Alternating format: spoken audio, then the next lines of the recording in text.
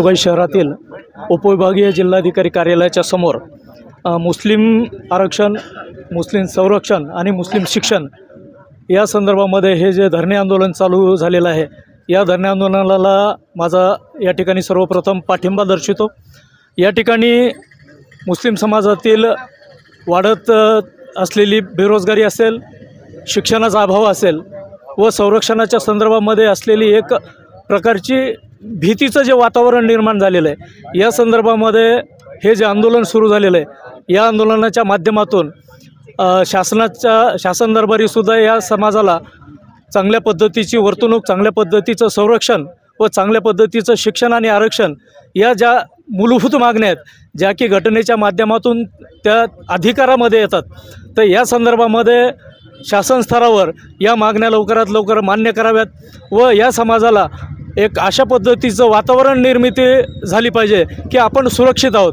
असुरक्षिततेच्या वातावरणामुळं हा समाज कुठेतरी असुरक्षितता आहे की काय अशा पद्धतीच्या भावना ह्या व्यक्त करत आहेत व या ठिकाणी त्यांना स्वतःला संरक्षणाची सुद्धा काळजी वाटत आहे।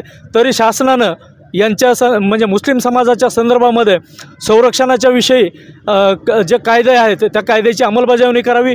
संरक्षण आणि शिक्षण त्याचबरोबर आरक्षण या सर्व मूलभूत अधिकारांच्या ज्या मागण्या आहेत, या संदर्भामध्ये शासन स्तरावर विचार करावा आणि या पंचक्रोशीतील तमाम मुस्लिम बांधवांना तसेच परिवर्तनवादी चळवळीतील सर्व कार्यकर्त्यांना माझी एक विनंती आहे की आपण या ठिकाणी धरणे आंदोलनाला भेट देऊन या ठिकाणी त्यांना पाठिंबा दर्शवावा व आपण या देशाचे नागरिक आहोत। आपण सर्वजण एकाच ईश्वराची आणि एकाच पित्याची लेकरं आहोत। या मुस्लिम आरक्षणाच्या संदर्भात ते मिळालंच पाहिजे या आग्रही मागणीला घेऊन सर्व तरुण एकजुटीनं या ठिकाणी धरणे आंदोलनामध्ये बसलेले आहेत।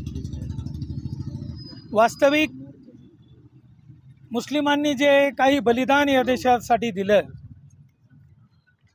त्याची परतफेड या देशातली सत्ता आजची त्यांची हत्या करून, त्यांच्यावर मॉब लिंचिंग लादून, त्यांच्याविरोधात वेगवेगळे कायदे करून ही जी कृतज्ञता या जात्यांना आणि धर्मांध शक्तींनी आज सुरू केलेली आहे, ती काही या समाजाचं स्वास्थ्य कायम ठेवील असं वाटत नाही।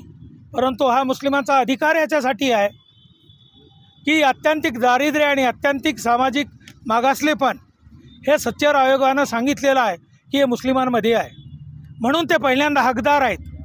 कुठल्याही रिझर्वेशनपेक्षा SC STचं रिझर्वेशन असू द्यात, मराठा रिझर्वेशन असू द्यात, त्याच्यात जर अग्रक्रम आज कुणाला द्यावायचा असेल तर तो यांच्या शैक्षणिक मागासलेपणाला आणि सामाजिक मागासलेपणाला मुस्लिमांच्या द्यावा लागेल आणि तो त्यांनी आग्रहानं घेतला पाहिजे, लढून घेतला पाहिजे।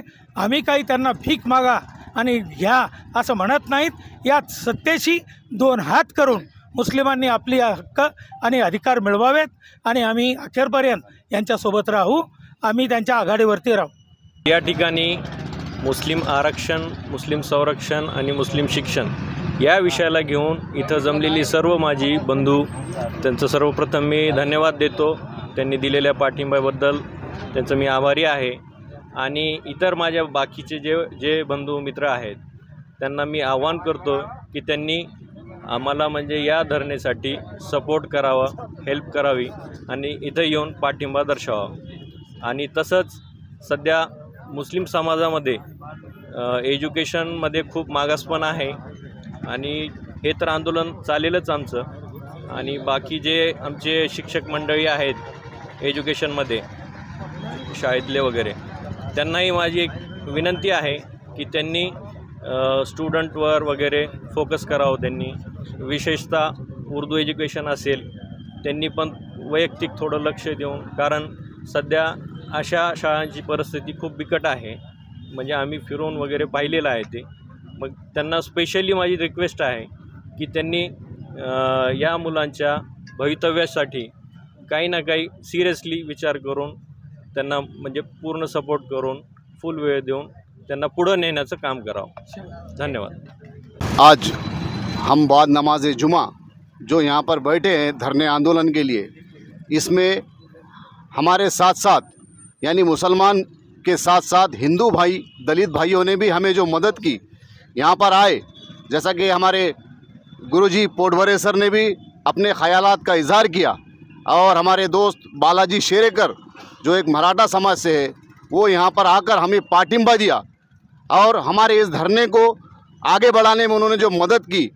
मैं सरकार से ये गुजारिश करता हूँ कि ये सब चीज़ों को देखते हुए मुस्लिम आरक्षण, मुस्लिम संरक्षण और मुस्लिम शिक्षण के ऊपर हमारी जो मांग है उसको सरकार पूरी करे, और ये जो हुजूम बैठा हुआ है धरने के लिए उसकी दखल ले। और मैं ये चाहता हूँ कि ये सारे महाराष्ट्र में ये आवाज़ गूंजे। हमने एक छोटे से शहर अंबाजोगाई से शुरू किया है, और मैं ये सोच अपने दिल में रखता हूँ कि आने वाले दिनों में हम इसको कंटिन्यू करेंगे। जैसा कि शाहीन बाग हुआ था, शाहीन बाग में दिन और रात हमारे नौजवानों ने और फ़िक्र मिल्लत की टीम ने जो काम किया था, इंशाअल्लाह हम यहाँ पर भी वही काम करेंगे, और जब तक मुस्लिम आरक्षण मिलता नहीं हम इसे जारी रखेंगे इंशाअल्लाह। मुस्लिम समाज अंबाजोगाई के जानिब से यहाँ पर जो आंदोलन शुरू हुआ है, अंबाजोगाई शहर के और अंबाजोगाई तालुका के और अंबाजोगाई तालुका के अतराफ़ के जितने भी सारे शहर हैं, गांव हैं, उन सबको हम अपील कर रहे हैं कि ये जो लड़ाई है, ये लड़ाई किसी इनफरादी व्यक्ति की लड़ाई नहीं है, इनफरादी किसी गली मोहल्ले की या शहर की लड़ाई नहीं है, ये व्यक्तिगत लड़ाई नहीं है। इसके लिए आप सबसे ये गुजारिश है कि मुसलमानों के लिए आरक्षण की, संरक्षण की और शिक्षण की ज़रूरत क्यों है, ये हमसे बेहतर आप जानते हैं, लेकिन हम लोगों के अंदर में वो जागृति नहीं है, वो बेदारी नहीं है, वो जागरूकता नहीं है।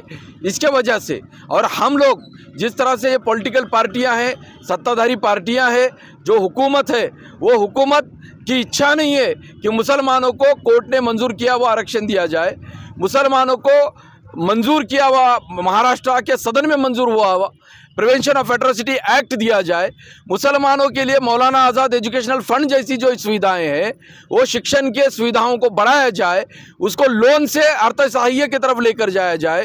इस तरह की मांग को लेकर यह आंदोलन यहाँ पर किया जा रहा है। तो हम अंबाजोगाई शहर, तालुका, गांव और अतराफ़ के सभी तालुकाओं से गुजारिश करते हैं कि ये जो धरना है वो बेमुदत धरना है। जब तक हमारी मांगों को मंजूर नहीं किया जाएगा तब तक हम लोग इस धरने पर इंशाअल्लाह कायम रहने वाले हैं।